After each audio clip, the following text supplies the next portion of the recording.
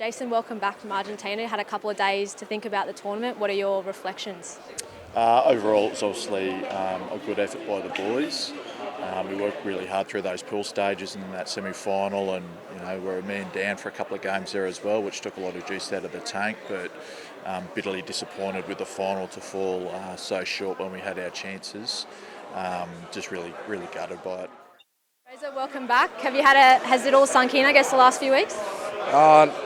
I suppose just sort of now, and you're seeing all the boys giving each other a cuddle and sort of getting a bit emotional and a bit teary, and you sort of realise like you probably won't be in a team like this ever again, and won't play with these boys ever again. It's sad.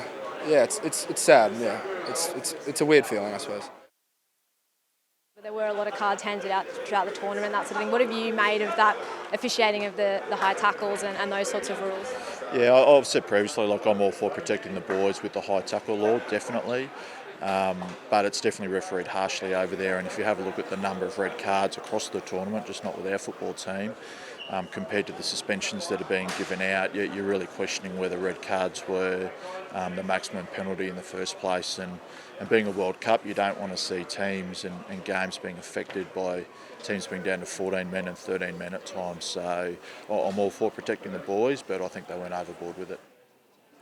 Well, we had a good number of boys sort of returning from last year, and we sort of knew going into this tournament that that's what referees sort of do, and they sort of use these tournaments to scope out, anything what you can improve on for the senior boys. So I suppose it's how you adapt on the field. You don't want to do a high tackle or get a red card, but it's more about how you adapt and improvise. We had systems in place for that, so we knew coming into the World Cup, if things sort of didn't go our way, we could go around that sort of thing. But I think it's just, again, the group we have here, unreal. They're not someone who get down just because they got a red card. They're still able to fight, and we showed that with some unreal performances, which includes the Argentinian second half. So yeah, it was good.